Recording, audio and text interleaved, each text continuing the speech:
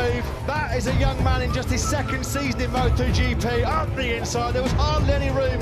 And away we go. A good start from Jack Miller there. He gets that Ducati well off the line. Maverick also got a good start. Already up inside that top three yet again. Sitting up his teammate there was Strat Mir as well. And how much is Mir going to risk, Steve, trying to get that second? Halo MotoGP lovers. Tak bisa bikin tim sendiri, ini alasan Mandalika Racing Team join dengan SAG. Ikut dalam perhelatan balap sekelas Moto2 tidak cukup modal uang saja, tapi juga dibutuhkan tim atau organisasi balap yang sesuai standar Dorna. Itulah alasan mengapa Mandalika Racing Team Indonesia (MRTI) harus berkolaborasi dengan tim balap yang sudah mapan di pentas ini. Seperti diketahui, MRTI menggandeng SAG tim Spanyol untuk berpartisipasi di Moto2. Mandalika Racing Team Indonesia baru saja diluncurkan di Indonesia November 2020 lalu. Di umur yang seusia jagung, tim balap ini dituntut untuk tampil minimal di kelas Moto2 demi menjaga momentum pelaksanaan MotoGP Indonesia di sirkuit Mandalika, Lombok Tengah. Direktur MRTI Kemal Syahnasution mengungkapkan alasan mengapa memilih bekerja sama dengan SAG, antara lain didasari atas kedekatan personal dengan tim itu. Kata Kemal di Jakarta 16 Februari, ya kebetulan karena kita sudah punya hubungan lama dengan direktur teknik di tim itu, juga dan pemilik SAG, jadi merasa lebih nyaman dan kita juga melihat dari rankingnya di tim konstruktor itu.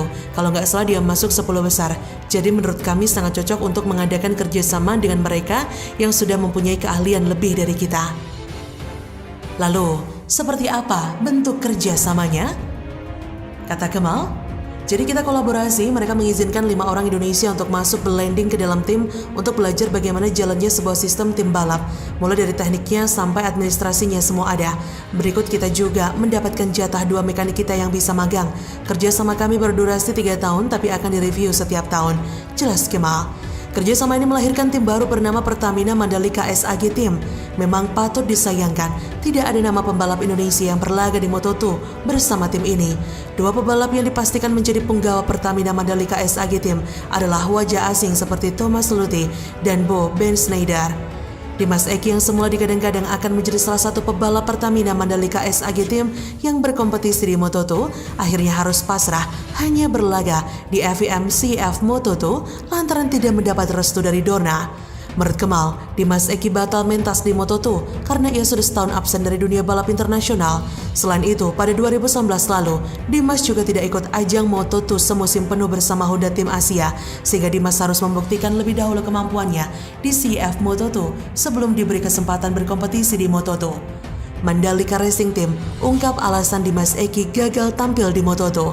Dimas Eki Pratama jadi pebalap Indonesia yang digadang-gadang berkompetisi di kelas Moto2 musim ini bersama dengan Mandalika Racing Team Indonesia (MRTI).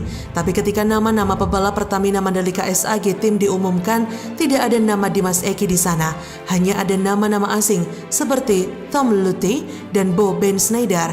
Dimas Eki sendiri akhirnya diplot sebagai pembalap Pertamina Mandalika SAG Team di FIM CF Moto2. Direktur MRTI Kemal Syahnasution menjelaskan alasan dibalik batalnya sendiri yang tidak menyetujui keberadaan Dimas Eki di pedok Moto2 musim ini. Alasannya karena Dimas vakum cukup lama dari kompetisi balap internasional. Kata Kemal, kita sebetulnya idealnya harus ada Dimas Eki di situ, itu niat awal kita. Tapi ternyata niat aja nggak cukup karena kita harus melalui sebuah aturan, yaitu dari pihak Dorna. Jadi mereka yang menentukan pebalap itu layak atau tidak di arena tersebut di Moto2. Jelang CF Moto2, Dimas Eki geber motor mungil di sirkuit karting Sentul. Kata Kemal, kita sudah submit atau proses masuk Dimas ke Dorna, tapi ternyata pihak Dorna menimbang bahwa Dimas saat ini belum di Moto2 dikarenakan dia sudah 1 tahun absen dan di tahun 2019 dia juga tidak mengikuti full series Moto2 bersama dengan Honda Tim Asia. Jadi Dorna menganggap Dimas harus mengasah ilmunya lagi. Maka itu Dorna menganjurkan Dimas masuk ke CF Moto2. Jadi CF Moto2 itu balap Moto2, kapasitas mesinnya sama hanya di wilayah Eropa sekitar 8 seri. Kata Kemal. Kemal sendiri memastikan jika MRTI dan Dorna tetap akan memberi kesempatan bagi Dimas untuk kembali lagi ke kelas Moto2 asal pebalap berusia 28 tahun itu bisa menunjukkan performanya di CF Moto2. Kata Kemal, kemungkinan itu besar sekali ya, dan harus juga dipahami bahwa Dimas Eki bukan hanya sebagai pebalap di CEF, tapi Dimas Eki juga menjadi pebalap pengganti jika Thomas Luthi atau Bo Bendsneyder ini cedera. Itu langsung Dimas Eki masuk menggantikan. Dan Dorna juga menjanjikan atau memberi peluang jika performa Dimas Eki bagus di CEF Moto2, beliau bisa mendapat kesempatan wildcard.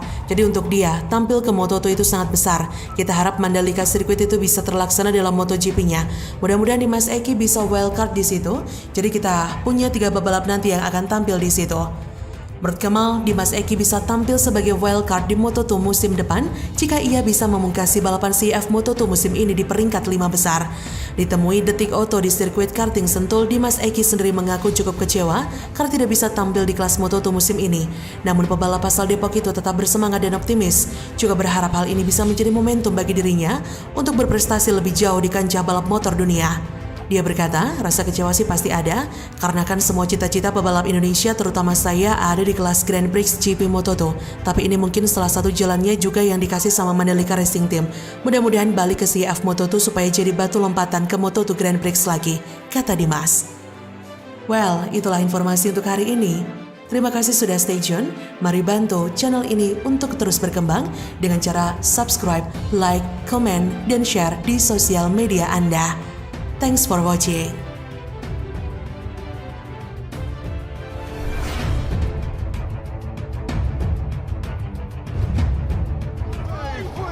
What a move. That is a young man in just his second season in MotoGP. Up the inside, there was hardly any room. And away we go. A good start from Jack Miller there. He gets that Ducati well off the line. Maverick also got a good start. Already up inside that top 3 yet again. Sitting up his teammate there with Stratnir as well. And how much is Mia going to risk, Steve, trying to get that second? Mandalika kebut persiapan MotoGP 2021. Halo MotoGP lovers. Sirkuit Mandalika yang berada di Lombok, Nusa Tenggara Barat, NTB, Indonesia, masuk dalam rencana Dorna Sport sebagai salah satu tempat menyelenggarakan MotoGP 2021. Saat ini trek baru tersebut berstatus reserve atau cadangan. Selain menjadi tempat diselenggarakannya MotoGP, sirkuit Mandalika pun berpeluang menjadi salah satu host World Superbike atau WSBK pada 12 sampai 14 November 2021. Sirkuit Mandalika sudah resmi masuk kalender sementara ajang balap World Superbike atau World SBK untuk musim 2021.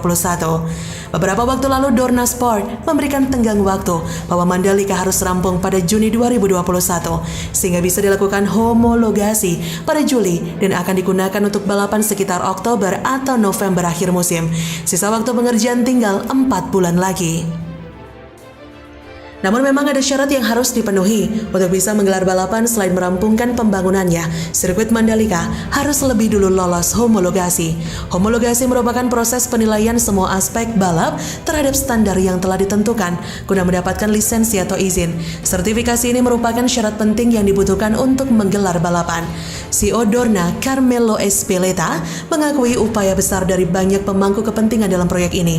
Mereka menyampaikan terima kasih kepada Presiden Jokowi dan Kementerian atas komitmen mereka dalam membawa event motorsport internasional atau MotoGP ke Indonesia pada tahun 2021. Tak ketinggalan, Espeleta juga memuji Mandalika Grand Prix Association (MGPA) selaku penyelenggara MotoGP Indonesia yang menurutnya bekerja profesional. Espeleta juga mengapresiasi upaya besar yang telah dilakukan oleh tim MGPA dan akan terus mendukung dengan cara apapun untuk tahun-tahun mendatang. Mandalika Racing Team Indonesia (MRTI) yang didirikan akhir 2020 lalu bakal berpartisipasi di ajang balap CEF Moto2 dan Moto2 dengan menggandeng SAG tim Spanyol. MRTI tidak ingin sekedar mampir di event balap sekelas Grand Prix itu. Oleh sebab itu, rencana jangka panjang pun sudah disusun tim balap Indonesia yang diketuai oleh Rapsel Ali itu. Terbentuknya Mandalika Racing Team Indonesia memanfaatkan momentum pembangunan sirkuit Mandalika di Lombok Tengah, Nusa Tenggara Barat yang siap menggelar MotoGP Indonesia. Kata Direktur MRTI Kemal Shah Nasution, sedikit kaget karena kita mau punya sirkuit terkeren di dunia, tapi kok kita nggak punya persiapan pebalap di situ, atau paling nggak ada yang berbau Indonesia harus ada di situ, misal di tim pembalap maupun pebalapnya. So, akhirnya dari situ saya berpikir harus ada jalan bagaimana supaya Indonesia bisa ada di grid. Kebetulan saya berteman dengan Pak Rapsel sudah lama dan kita sama-sama punya hobi motor dari 10 tahun yang lalu. Saya diskusi sama beliau dan akhirnya kita adakan pertemuan dengan Dimas dan teman-teman juga untuk membahas ini dengan lebih konkret lagi. Dan ternyata kita memang harus membangun sebuah tim balap di Indonesia supaya bisa menjadi jenjang pembinaan prestasi untuk pebalap-pebalap muda kita. Maka dari itu didirikanlah Mandalika Racing Team Indonesia, sambung Kemal. Sebagai rencana jangka pendek, Mandalika Racing Team Indonesia telah menjalin kerjasama dengan SAG Team untuk berpartisipasi di balap CEF Moto2 dan Moto2. Kolaborasi ini menghasilkan tim Pertamina Mandalika SAG Team dengan Thomas Lutfi dan Bo Ben Schneider yang membalap di kelas Moto2 dan Dimas Eki Pratama yang berkompetisi di CEF Moto2. Menurut Kemal, kerjasama ini berlangsung selama 3 tahun dan akan dievaluasi setiap tahun. Sementara untuk rencana jangka panjangnya, MRTI bakal membentuk Mandalika Racing Academy untuk menjaring dan membina bibit-bibit pebalap muda Indonesia yang diproyeksikan sebagai penerus Dimas Eki.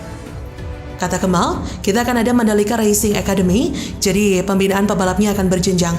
Pembibitan itu sudah mulai dari sekarang, yaitu mulai dari Dimas Eki. Jadi Dimas Eki ini adalah pebalap Mandalika Racing Academy. Jadi jaulan pertama ini ya dia. Dimas Eki sudah kita targetkan agar bisa top 3 atau top 5, agar bisa masuk ke Moto2 tahun depan. Jadi kita maunya Dimas Eki 2022 sudah bisa berlaga di Moto2. Setelah Dimas Eki naik ke Moto2, kita harus pikirkan lagi siapa penggantinya di CF Moto2. Nah ini nanti kita akan bikin perjenjangan atau pembinaan prestasi di tingkat nasional. Harapan kami mudah-mudahan Mandalika Racing Academy bisa menjadi harapan juga bagi bibit-bibit muda pecinta olahraga sepeda motor agar mereka ke depan bisa menjadi Valentino Rossi di masa mendatang. Nah itu dia untuk informasi hari ini. Terima kasih sudah stay tune. Ayo bantu channel ini supaya lebih berkembang dengan cara klik like, subscribe, dan juga komen, plus share di sosial media Anda. Sampai jumpa.